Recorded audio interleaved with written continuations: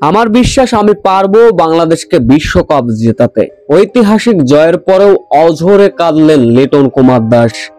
জয়ের পরে ভেজা কণ্ঠে যা বলেছিলেন লিটন কুমার দাস সকলের মন জয় করে নিলেন।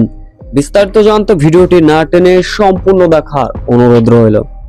এই ঐতিহাসিক জয়ে আপনারা কাকে ক্রেডিট দিবেন? হয়তো দলের সবাইকে, কিন্তু পর্দার আড়ালের হিরোটাকে জানেন? ওই লিটন কুমার দাস। কিছুদিন আগেও লিটন কুমার দাসকে নিয়ে যে ট্রোল করেছিলেন আপনারা, সেটা হয়তো কেউ ভোলেনি। তবে লিটন কুমার দাস তিনি করিয়ে দিলেন অবিশ্বাস্যভাবে এক ইতিহাস। লঙ্কানদের মাটিতে তাদেরই বিপক্ষে প্রথম টি-20 সিরিজ, যা এর আগে কেউই করেনি। টসে জিতে আগে ব্যাটিং করতে নেমে নির্ধারিত 20 ওভার শেষে 7 উইকেট হারিয়ে মাত্র 132 রান করতে সক্ষম হয়েছিল লঙ্কানরা। দলের হয়ে সর্বোচ্চ 46 রান করেছিলেন পাথুম নিসানাকা। বাংলাদেশের হয়ে 4টি উইকেট নেন শেখ মেহেদী। জবাবে খেলতে নেমে 16 ওভার 3 বলেই 2 উইকেট হারিয়ে জয়ের বন্দরে পৌঁছে গিয়েছিল বাংলাদেশ। এদিন ব্যাট বলে, এদিন গোটা সিরিজে অনন্যভাবে ব্যাটে বলে জ্বলে উঠেছিলেন লিটন কুমার দাস, যার ফলে সিরিজ সেরা হয়েছেন লিটন কুমার দাস।